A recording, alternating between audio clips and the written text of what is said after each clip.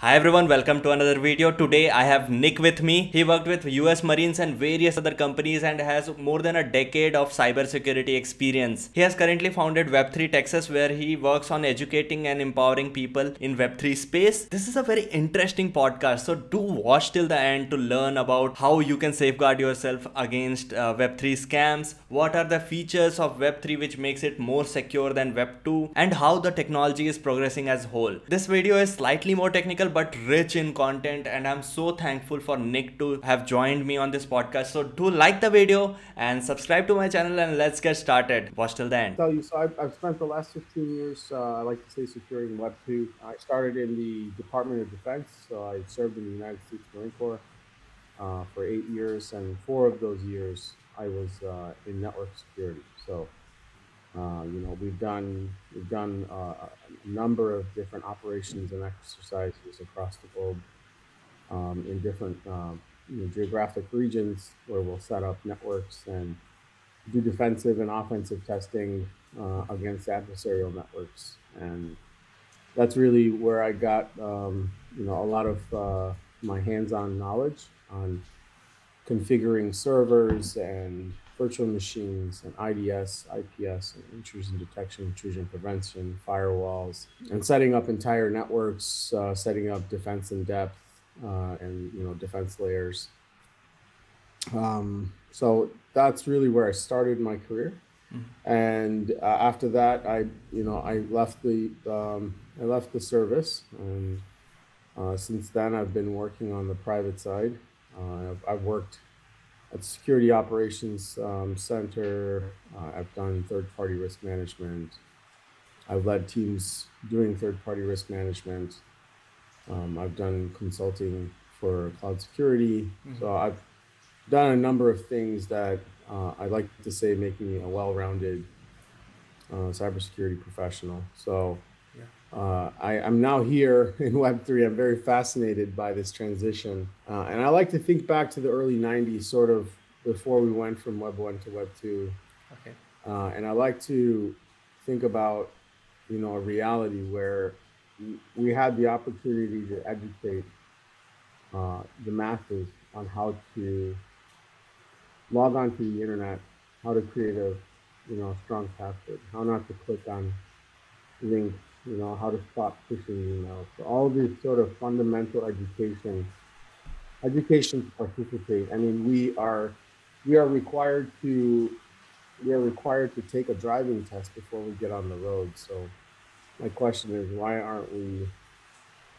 I'm not saying that we need regulatory oversight for access to the internet. That's the farthest thing from what I'm saying. But all I'm saying is that there should be public services out there teaching people fundamental best practices on how to keep themselves safe. So that's what we're doing with Web3 Texas. We're offering fundamental education on how to access Web3 and how to participate safely, how to understand the risks, how to decide on, if something is risky or not, and, how to spot scams, how to safeguard your digital assets. So there's just a lot of different disciplines we're touching on. And there is a grander plan for all of this, but, I'll start there. That's our immediate objective. One thing you mentioned that you were working with the Marine Corps. Can you name a few, like what kind of security challenges which we see on a larger scale? Well, obviously, there's nation state actors. I obviously can't say very much because it's confidential what exactly I did, but I can say in general, nation state actors are what our armed forces are protecting against. We've gone from picking up rifles and shooting humans to typing on keyboards and clicking a mouse. And this is the new form of warfare. It's called cyber warfare. Right? Yes. It's been going on for over a decade now. There's nation states have been training kids from a very young age on how to perform cyber attacks, how to compromise networks, and they're building these digital armies that are being used as a part of their armed forces to attack U.S. networks, right? Whether it's U.S. corporate or it's U.S. government. So in large part, our armed forces are defending our digital borders. Is this happening also on a national or international scale, or is this just US? Just as it would happen with a war, it's countries against countries. You know, there's different political climates, there's different political agendas. Those political agendas create conflict. Those conflict turns into war. In the past, the war was fought knife in hand, gun in hand, right? Now these wars are being fought behind the keyboard, right? I mean, I think a great example is the UAV, the unmanned aerial vehicle, right? Yeah. Instead of putting a human in a jet and sending them out and risking their lives, we can have a pilot that's sitting behind a computer controlling an aircraft that already has munitions on it, and this way we don't have to risk a life. Can blockchain or Web3 technologies improve the current security levels? That's a good question. Blockchain affords transparency, which I guess not something that's desired by governmental entities. And encryption and confidentiality is a big deal when it comes to safeguarding or protecting government data, right? So I would think the private side blockchains could offer a lot more efficiency in how things are done. But I think right now, private side use cases are really coming to bear. There are private side use cases, right? Whether, if I could imagine, I'm not saying that this is in place by any means, not that I'm aware of, with being able to record transactions at, multiple transactions per second, you could leverage a blockchain to record sort of command and control traffic, right, in a war zone, right?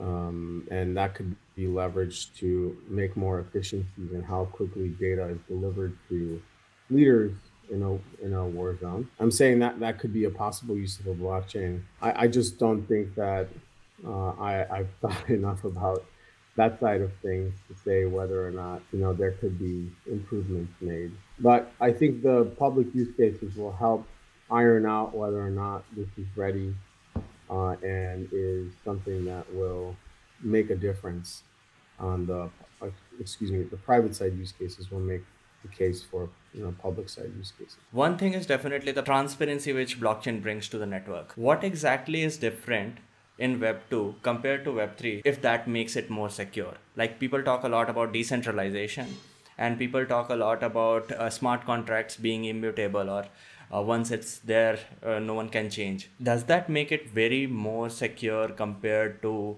Web 2 technologies? Well, I would say that centralization has been in large part, it's a good thing and it's a bad thing. Because when you centralize, you rely on the efforts and due diligence of a central organization that's controlled by centralized incentives systems, right?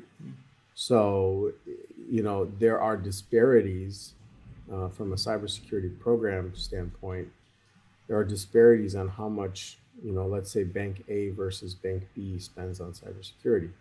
Not saying that the amount of money spent on a cybersecurity program directly correlates to, the security program's ability to protect the bank's data. But I'm saying that there's too much disparity in incentives, right? So whereas if I was to choose Bank A versus Bank B, me as a consumer, I don't really have insight into what their security posture is, right? But in a decentralized world where I guess economic incentives are built into the protocols, right? We are all incentivized. Like, let's look at from like a Sybil attack perspective or a 51% attack perspective in a decentralized network. In order to gain control over consensus of the network, right, which would then give you full control of the entire network, you would have to gain control of over 51% of the nodes. And that's exactly what happened with Sky Maven, right, and on the Arbitrum network, right? It was a 51% attack. There was 9 nodes, and the attacker was able to take over 5 of the 9 nodes. And that's how they were able to exfiltrate $625 million. I think that we're very early in these use cases and how we leverage blockchain publicly. So And there are a lot of mistakes being made. But I think it has all of the groundwork and I guess native features necessary to build a secure environment. It's just that we need to become more diligent and consistent with how we apply security controls in these new environments. this is just Nick's opinion, and it may or may not be true. Do your own research. Is Bitcoin the most secure thing which humanity has ever developed? Let's say security from hacking. No one can hack a Bitcoin network. In a centralized organizations, you're depending on the efforts of one centralized organization, and that centralized organization controls all of the IT assets that control the data. They are also responsible for securing those IT assets, right? So you're relying on this one central organization that has centralized incentives, a centralized way of thinking with sort of a top-down leadership model. But in a decentralized network where you are applying the right incentives to the node operators, right? Let's say in a Bitcoin network, you have nodes across the world. As the network begins to scale and in numbers of nodes, the harder an attack becomes, because the number of nodes necessary to execute a 51% attack grows much larger. So you have node operators across the world applying the best that they can do, right, to secure their nodes because they're incentivized to do so. Because if their nodes are not up and operating, they're not making revenue, right, on mining blocks. So I think it just comes down to, once again, incentive models, right? When you distribute incentives across a large number of disparate groups, I think that you are creating this sort of network effect of a culture that wants to defend and protect its revenue across a number of different entities, right? Instead of the centralized entity where everything is controlled by one organization. If you find patterns of lack of security posture in a centralized organization, you can make assumptions from an attack surface perspective that those poor practices are applied throughout the network. So you can leverage that through reconnaissance. You can leverage those patterns to infiltrate or compromise a network. Whereas in a distributed network, there's far too many variables. There has been a lot of hacks in Web3 as well.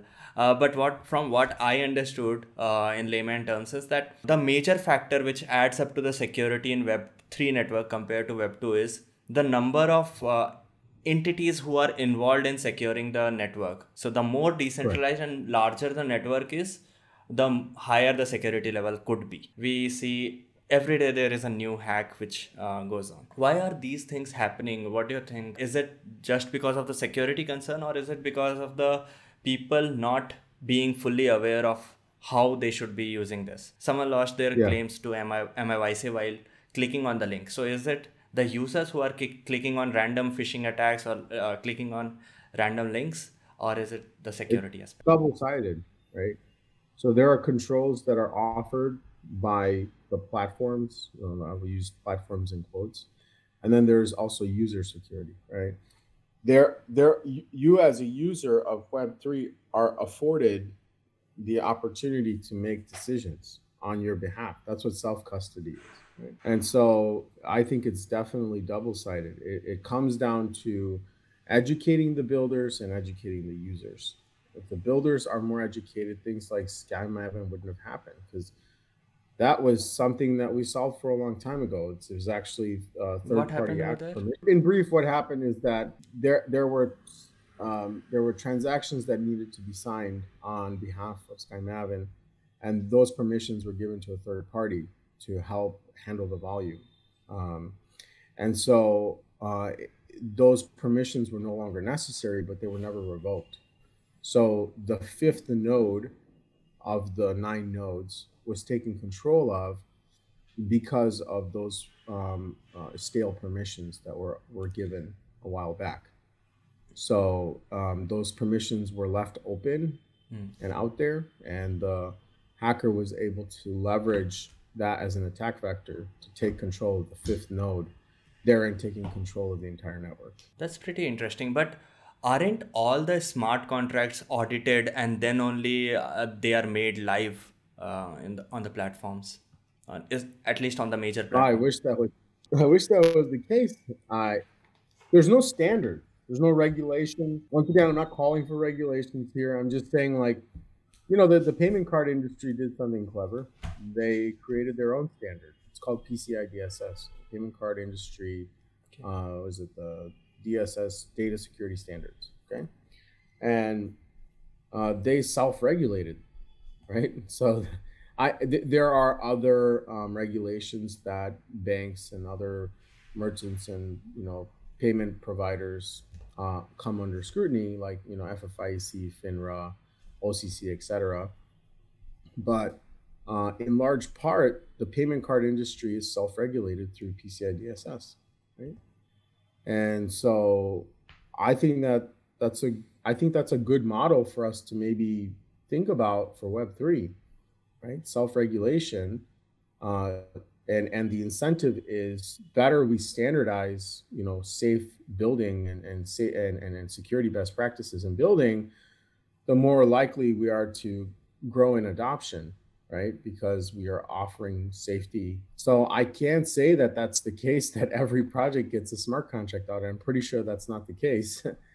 But there are companies like Quill Audit and Certic that do these smart contract audits, but they're a bit laborious and manual at the moment. And I really think that there's a lot of attention that needs to be paid in that space. Mm-hmm.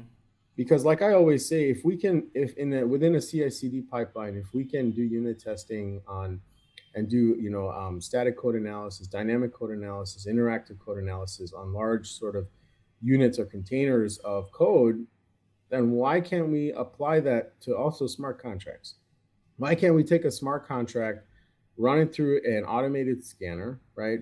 Check it for vulnerabilities from third-party libraries, any functions that call out to other contracts that are stored in other repositories, make a full inventory list of any third-party contracts that are being introduced into that smart contract, and then put that contract into a sandbox and attack it. Attack it with every known vector that we possibly can conceive, right? Mm-hmm. There's a guy, David Gonzalez. He's on LinkedIn. He posts constantly about security best practices and smart contracts. Someone I follow. Pretty interesting. That would also solve the problems once it's automated and once there is less human intervention. Then for small startups to just launch their tokens or launch their smart contracts, they won't have to give thousands and thousands of dollars for auditing. We need to lower the barrier to security. It's too high right now. Mm-hmm. You know what I'm saying? I mean, we have the technologies. We've been doing this for a long time. I keep saying it. Mm-hmm. And I've been talking to the CEO of Quill Audits, and I've been encouraging him to make some changes or do some research and development and see if this is possible, because this is a pain point for the industry that will make or break, right? If we don't start innovating in the security space, Web3 is not going to happen. I mean, it'll happen. It'll happen very sloppily. People will come, they will get taken advantage of, and they'll just go back to Web2. And it also breaks the confidence of the users who are using it. So like I said, this is the double-sided coin. It takes the effort of the user to seek education and educate themselves on what controls they have at their disposal. Like MetaMask is feature rich. People just don't know about the features inside of it, right? They don't bother to explore because we've come into this sort of FOMO era, fear of missing out, where new adopters of Web3 are being introduced to Web3 through YouTube videos that are shilling stuff, right? We've at Web3 Texas, we did a survey of over 30 different YouTube videos, and we measured the start and stop time, the minute markers of how long each video spent on teaching the user on how to create a digital wallet. It averaged about 20 seconds. I spent an entire hour last Thursday talking to people about digital wallets. Okay. And I just think that we are skipping over some very important concepts and components of user education in the name of greed and profit. You mentioned a great point. Like Web3 gives power and control to the people, but just to quote, with great power comes great responsibility, and people need to understand that fact. Apart from you just going to the MetaMask wallet, adding some password, copying that seed phrase in your secure manner, not on Google Doc or WhatsApping it to some friend, what are the other key one or two aspects which makes it more secure? I spoke about it this morning on my post on LinkedIn, actually. Something I call a multi-wallet strategy. So that's number one. So it's nothing new. We've been doing it for ages. Like, you wouldn't have more cash on you than you actually need to spend every day, right? Because if a mugger, somebody wants to do harm to you so they can take your money, if you have cash on hand, you're a prime target. So we've adopted this sort of strategy just with traditional banking, where we keep just enough cash on hand for the day. We keep just enough money in our checking account to pay our bills, right? And for leisurely spending money. We keep a certain sum in our savings account, right? If it's accruing interest, interest-bearing account, then we have a significant sum there. And then, but our most significant sums are distributed through our investment strategies, right? That whatever investment strategy that you use, whether you're in crypto or you're contributing to your 401k, which is I don't think that's an international thing. 401k is an investment account here in the U.S. Or a Roth IRA, or there are different investment instruments supported, right?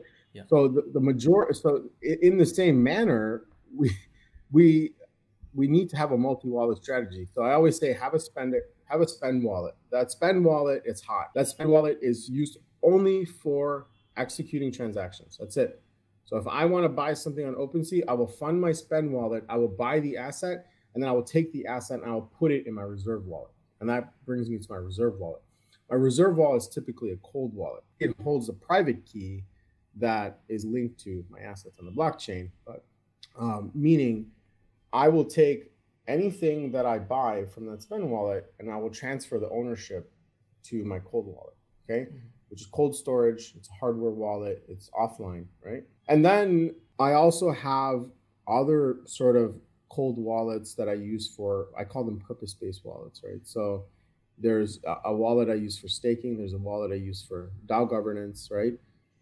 But essentially what you want to do is keep your assets safe on a cold storage wallet and never, ever, ever execute a transaction from your cold storage wallet. The only transactions you'll execute from your cold storage is to move assets in or out to your hot wallet. That's it, right? So now you're creating these layers of safety, right? Like the example this morning when that fellow, clicked on the link for the goblins, and that person signed a transaction. They didn't read exactly what it was because it's not easy to read, unfortunately. Now is the time for reading the terms and conditions, which you have. Well, not even the conditions; it's the permissions requested by the link you're clicking on. So in my wallet talk, it's very simple. Whenever you go to a site and you connect your wallet, there's a list of permissions, just like on your phone, right? On your phone, when you download a new app, when you initially launch that app, it'll ask you, hey, this app is requesting permissions to your camera, to your microphone, to your files, right, etc. Do you approve? Similar to that, before any transaction happens, there's a list of permissions or the transaction, right, that's going to happen. All the details of transactions are listed, but people just click accept or sign and they go on about their day. But the problem is things like what happened earlier can happen to you. So this person lost a significant amount of money. I mean, I think it was 8 crypto kitties and 2 Mayaks, right? So in comparison to a goblin, they lost a lot of money than they were willing to risk. So I really think the multi-wallet strategy is something we should Don't be keep all talking your eggs about. in one basket. Exactly. Yeah. Exactly. Then there's something called revoke.cash. Great site, actually a website, revoke.cash, CASH. Okay. Traditionally in decentralized finance applications, when we connect our wallet and we go into a staking mechanism, we grant the DeFi application permissions to do trades on our behalf, because we can't sit there and stare at the charts all day. Bots are doing the trading on our behalf, right? But these permissions don't have an expiration date, right? So if you pull out of a DeFi protocol and you forget about it, you made your money, you lost your money, right? You moved on. Those permissions are still there, and that could be very risky. Okay, so revoke.cash is a great application where you connect your wallet and it enumerates a list of all of the applications, the decentralized applications you've given permissions to through your wallet. And you should be doing that sort of hygiene for every wallet that you own. So even in MetaMask, there is a section of connected websites. People just, even I have done that a few times. Like I just connected with some random site to just check what are they offering, and they just forgot. Yeah, honestly, not saying that just because you're connected, you're vulnerable, but there may be a signing request that comes through from that site that you didn't expect, but it may coincide with you signing something that you're aware of, and you accidentally click it and you're not paying attention, and then bad things can happen. So just like you would log off your bank, right? Like if you're checking your online bank account, and you would definitely log off. I hope you're logging off.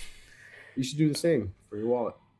So sometimes it does happen that the pop-up which you just clicked and it was expected to come up, but it did not, and somehow you just closed the browser or sometime, and you came back and the MetaMask shows a blue dot notification, and when you connect to another website, it just shows you 2 pop-ups on top of each other. Yeah. So that's really there. And even regarding your first point, even Vitalik.eth, if you look at that wallet, how much it holds just a couple of $1 million. But I feel that Vitalik must be holding a lot of things in other wallets. So even he is doing this. So just do this. So these are the topics. And honestly, like all wallets, their balances are on chain. Because remember, the wallet actually stores the private key. So when I say, keep the large sum of your digital assets in a cold storage wallet, the private key that's used to sign the transaction is stored and being safeguarded by the cold wallet. But your ownership of those assets are on the blockchain. I can go see, I can see someone's, reserve wallet, like, the term I use, right? It's all on chain, but protecting that private key is what's really important.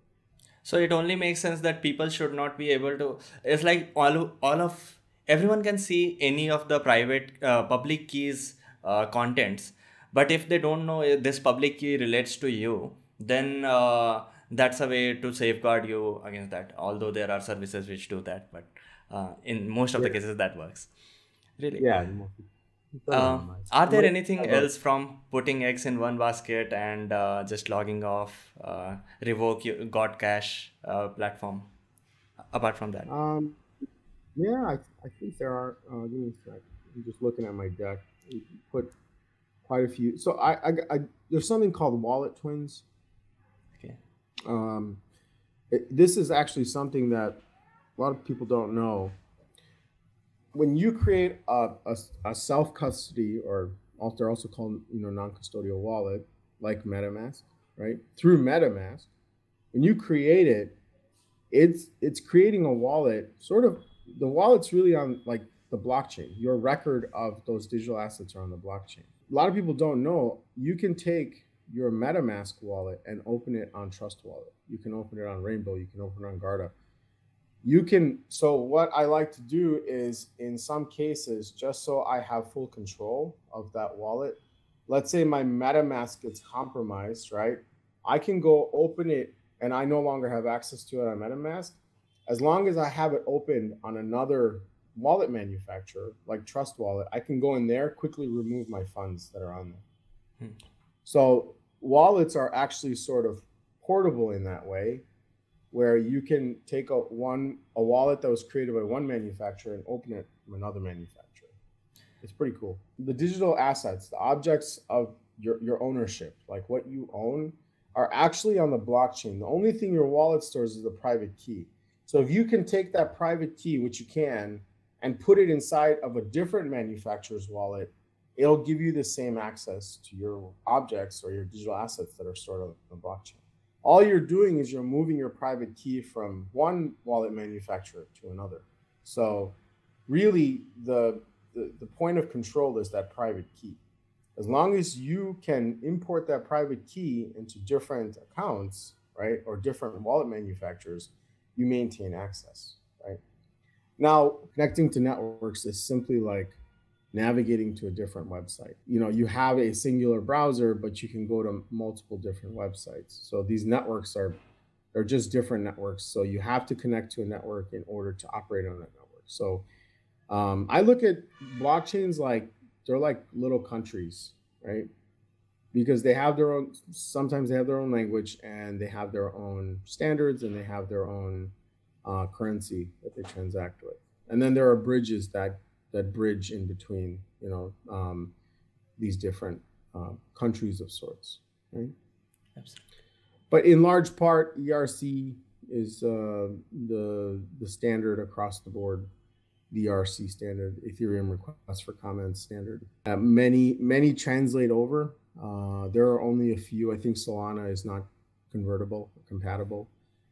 I know like BEP for Binance, it is compatible with ERC. So the BEP 20 standard is compatible with the ERC's 20 standard, whereas the Sol standard, right? The Sol standard is not compatible with the ERC standard. So those tokens aren't interchangeable or compatible. Difference between sidechains and rollups, and how exactly rollups conserve the parent blockchain security while sidechains have their own security. If you can give a smaller example. In order for a blockchain to scale, it needs to be able to handle a really large volume of transactions. Now, a blockchain can be broken down into two different sort of functions.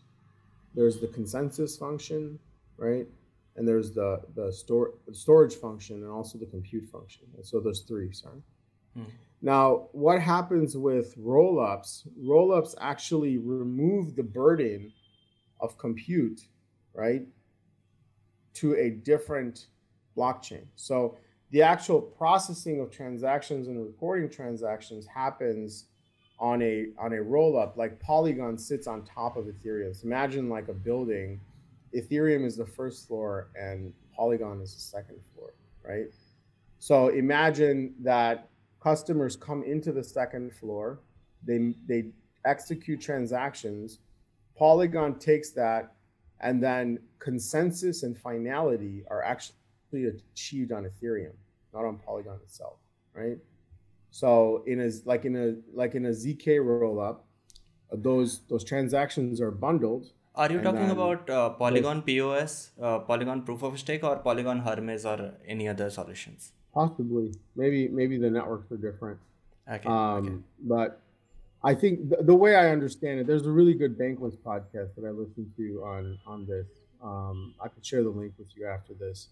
Okay. I don't want to jump too deep into this because I would think that my understanding of this area is nascent. I can only know so much. This is such a big field. It's actually true. And that's why we're looking for educators who are focused on a specific discipline. There are a lot of projects, hundreds of projects which come up, and there are a lot of chains. Like as interacting, I read about new blockchains and new types of consensus or modified types of consensus every day, every second day. So it's really difficult to wrap your head around and keep track of everything. Absolutely. I know. And that's, like I said, that's why we need to At Web3 Texas, the grander plan is something called Web3 Earth, where we'll have leaders that own education disciplines. Like we predominantly have broken down Web3 into 6 major areas. Okay, so there's finance, which underneath finance is crypto and decentralized finance. Then there's collectibles, which are non-fungible tokens or NFTs. Then there are DAOs, so those are sort of corporate governance or business structures. Then there's the blockchain, which is the underlying infrastructure, right? Blockchain and sort of IPFS as well from an infrastructure standpoint. And then there's metaverse and gaming, and then finally blockchain development. We look at development sort of as its own arm. So each of those disciplines will have their own leaders that lead that single discipline, and we'll have educators underneath that. Since you are educating people, at least in India, there is one problem with education. Like people don't get the concept of paying for the education. Since you also mentioned about YouTube, why so many people go to YouTube? Because it's free to learn something basic. Courses from, let's say, Harvard, MIT, and that's costlier to like thousands of dollars worth of courses. So what's your thought on that? I think the alternative in the past, there was no alternative. It's either you go to higher ed, especially in India is the case, right? You go to higher ed, or you end up working, a job that doesn't pay very much or doesn't have a promising future, right? And that's the same across the world. Now, on the heels of higher ed and all of the sort of the massive amounts of debt that's been accrued, it's trillions of dollars of debt in student debt that's been accrued. There's this new sort of cottage industry called MOOC, so massive open online courses, right? Yep. So I would say like what would fall under that category would be like Udemy, Coursera, Khan Academy, right? These are all examples of companies that have really innovated in that space and have reduced the cost for structured education. Now, when it comes to YouTube, yes, there's education on YouTube, but it's not structured. There are no learning pathways. Like there are no learn this before you learn that. There's no distinguishing between level 100 course, level 200, level 300, level 400, right? It's all unstructured. And that makes it very difficult. Unless this person, which there are a lot of people out there, are very scrappy, and they sort of piece things together. Majority of the population, I think, requires structure. They need to know, what are the prerequisites before I jump into this, advanced Solidity development course. What do I need to learn, right? Do I need to learn the basics of Solidity? Do I need to learn JavaScript, React, Node.js? Right? What are the prerequisites? That doesn't exist on YouTube, right? So these massive open online courses, these companies have created platforms where educators can go on and create their own sort of curriculum, right? And learning pathways, which is great. So I think we follow the same model. We just do it in more of a Web3 way. And I think that people will pay will pay a fair fee for good education that's structured and that has value at the end of it, that leads to gigs or projects or jobs, or formal jobs. What's your view on learn to earn kind of platforms which are coming up? It's a cool concept. There's a bunch of folks doing it. I know pointer.gg is a good place. So basically what happens is when you build a protocol or a blockchain, like you're actually building a platform that it's sort of like owning land. The land has sort of nominal value, but the real value of land is how it's used. Meaning when you get buildings on top of the land, right? And then you get people in those buildings, performing sort of economic transactions, that's what really brings the land value, right? So in the same case, when you build a blockchain or a protocol, you actually own the land, but you need to attract builders, right? To come build, and those builders attract users, and those users start to do these transactions. And as a part of those transactions, the blockchain, the platform, right, actually recognizes revenue through the transaction fees, right, from the blockchain. That's how blockchains make money, economically speaking. So in the same vein, I think that, you know, it's important for us to, once again, going back to economic incentives, right? We have to understand that in order for me as a blockchain builder, right, or a blockchain owner, in order for me to have gain revenue from the blockchain, I need to have people to come build. And the best way to do that, and that's where this learn to earn concept came from, is to pay people that are good at building education. So like, for example, with pointer.gg, it's public, it's on their website. You pay them $100,000 as a blockchain, right? And they will go and they will build these very, you know, well-structured educational courses. And as a part of the 100,000, they take a part of that and they create a reserve fund, okay? And then they will say, hey, students, we will pay you to learn here. So students will come, they will learn, right? And then out of that reserve fund, they pay the students once they finish the courses, which then attracts the students to go to the blockchain and start building there, which then you're completing sort of that economic circle.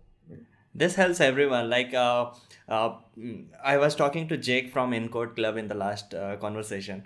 So Encode Clubs does a similar thing. They collaborate with, let's say, Polygon or Tezos, organize some kind of learning panel, bootcamp, hackathons. They pay something as a sponsor fee. They incentivize users. If they win the hackathon, they will get this reward and etc. But since they are educating and teaching people how to build on this particular platform, and once they start to, let's say, okay, there is an financial incentive as well, then the developers, those developers come back to the Polygon or Tezos platform and build on this. So this is a very good community-centric incentive for everyone and win-win scenario for everyone. We talked about security, we talked about education, and now if everything is adopted, all the technologies have been improved, then how do you think Web3 could build a better world for people? Well, I think that the permissionless nature of this really affords the ability for underserviced and sort of ignored minorities and populations to actually build, because we're reducing the prerequisites, where in the past there was other prerequisites that shouldn't have been, like race, color, ethnicity, geographic location, things like that. Now we're reducing the requirements to participate and earn down to a computer and an internet connection, a reliable internet connection, right? Absolutely. So we are offering the ability for smart people that definitely exist in those underserviced and underrepresented communities to come online, and as long as they're willing to put in the hard work and learn, that's really the only last prerequisite, is that you need to have a desire to learn, desire to work, and you just have to have a reliable internet connection and a device to connect with, right? So we're removing all the other prerequisites that were required in the past. And now we are really employing a larger population of people that have been ignored for a long time now. So it's creating a more fair economy. And that's really, I think, is the basis of permissionless, meaning you don't need to request anybody's permission to build or to earn. Absolutely. Like Axie Infinity helped people from all across the world to earn in dollars. Anyone can join a DAO from any place and they can just choose the bounties they want to work in. So these are definitely the benefits. But since there are technological advancements also which are happening, and overall we see that we are progressing towards a more easier blockchain platforms. Let's take few examples. Let's say NFT, metaverse, or anything, or something of your choice. How will the world be in 2050 in terms of Web3? And just your hypothesis. We may be in Web 4 or 5. I'm not sure. I don't know what the next iteration is. Let's say having this discussion with your hologram and my hologram instead of just screens. Yeah, it could be. I mean, we're seeing advancement in many spaces. So I think historically with the internet, the challenge has been the human to machine interface, right? Like making that interface more organic and seamless has been the goal for decades now, right? It really started off with a keyboard, right? And then the mouse was introduced, and then we sort of stopped. Then I mean, we had the camera, we have the microphone now, We have VR. and now we have VR, but it's still janky, right? Like it's really about connecting all senses, right? Because we as humans, we only have a certain number of inputs and outputs, right? So let's examine the face just biologically. Let's take a quick medical session, right? So our inputs, right? I can hear, I can feel, I can see, right? I can smell. These are my inputs, right? I can breathe. That's an input. And then outputs, right? I can exhale, I can speak, I can breathe out, right? And that's really all the inputs and outputs of the face, right? So there are 5 senses, and how do we continue to enhance and reduce the friction between the human senses and the machine and the internet, right? Ray Kurzweil wrote a great book on the singularity. I haven't made my way fully through it yet, but it's about how man and machine merge together, right? So I think we're going to continue to pursue this sort of merging of human senses with the internet. And how do we enhance that? I think AR is probably the most promising. I think combining Real our world physical with real virtual world, with virtual, right? And I think Ready Player One was a good example, although the setting was that we were inside a video game. Let's remove that sort of component and imagine a world that's enhanced with virtual characters and virtual objects, but we're still able to exist in our reality, right? Which Elon may say, reality is just a simulation, which could quite possibly be true. There we is just never know. Simulation theory. Maybe we are in a VR, maybe we are in a metaverse and just playing back our past experiences. Maybe. Yeah, and there may be multiple universes. We don't know. Yeah. Nobody knows.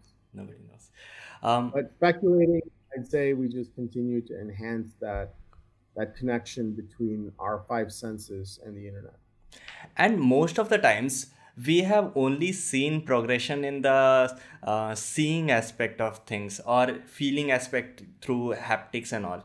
Yeah. We haven't explored, let's say, our smelling, our hearing, and the best thing which I would like is to be able to eat sweets and not get fat. Like just simulate my brain that I'm eating sweets and I do not get fat. That's one of the things. Yeah, I mean, and honestly, we're just a ball of chemicals. That's all we are, right? Like when you eat sweets, the only reason you feel satisfied is because your brain releases dopamine, right? Same thing happens when you hit a line of cocaine. There's no difference. Same chemical, right? You mean Coca-Cola? One is worse for you than the other. I would argue. I'm not sure if sugar or cocaine is worse, but not condoning the use of cocaine by any means or any drugs. I'm just saying the chemical reactions are the same, right? Slow, fast, certain other symptoms, or maybe having a sip of Coca-Cola, it's different. Yeah, exactly. So, I mean, I could say that, brain implants may be a case in 2050. I don't know, right? But then, what are you doing to your conscious, right? It scares me because I don't know, right? And humans have always been scared of what they don't know. I just feel that if I had some kind of chip attached, there is. Have you see? Do you see Love, Death, and Robots? So in the latest episode, No, I haven't seen it. in the third, I've seen the trailer. Yeah. yeah, in the third season, they have introduced something called there is a chip which you just place over here, and then ultimately whatever you perceive, maybe it's the input which are coming through this or through a chip. Ultimately, everything is processed by the brain. So that chip actually helps your brain think that you are in a metaverse and you hallucinate and you think that you are in some place. So you create your own virtual reality inside, like Ready Player One. You just go inside that, and you actually feel that you are there because they are the same stimulations in the brain. So that's pretty interesting, and I would love to explore that, like space travel through hallucination. Why not? It's safer. I just have to draw the line somewhere.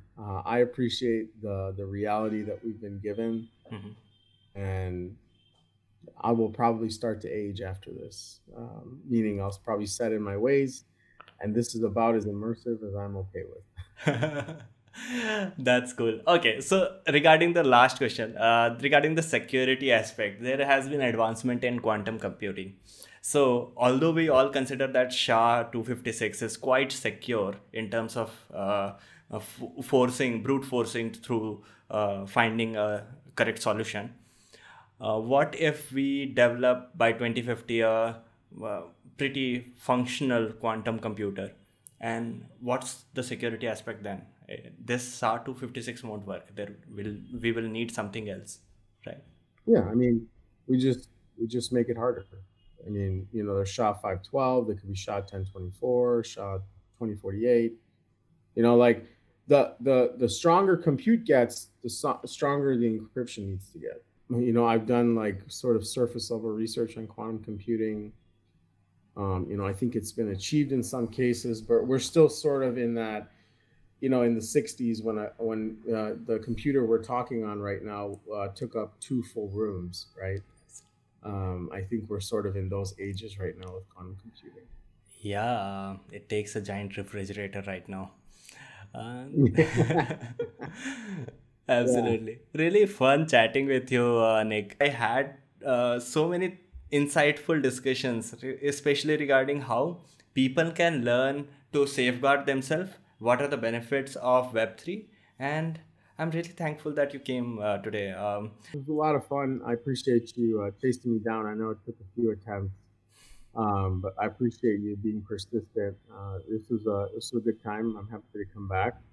And ultimately, just if there's a last parting words, just be safe out there.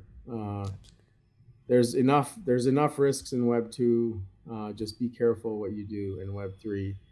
Follow Web3 Texas. Follow our journey as we start to release, continue to release content on how to keep yourself safe. I'll see you soon. Thanks, Raushan. I appreciate your time. Thank you so much. Thank you so much if you have made till the end. This is really an accomplishment for me as well as you that you have learned all these things. Do let me know if you want to learn something specific, and none of the things which I mentioned in this video is a financial advice, so do your own research. Always follow the best practices while interacting with any Web3 applications or platforms. Please understand that no one is giving you money for free, even if it's crypto or anything else. Be safe, and we are all gonna make it. Wag me.